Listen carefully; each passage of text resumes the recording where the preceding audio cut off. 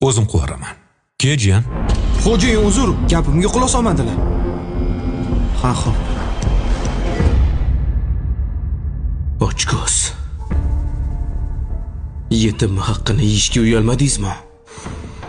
Shunchalik yem borasizmi, amaki?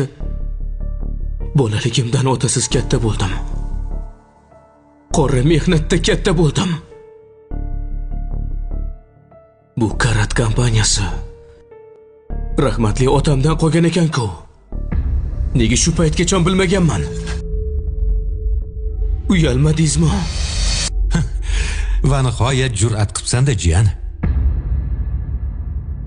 To'g'ri, qora ishchi bo'lib ishlading. Lekin bu ham bejizga emas jiyan.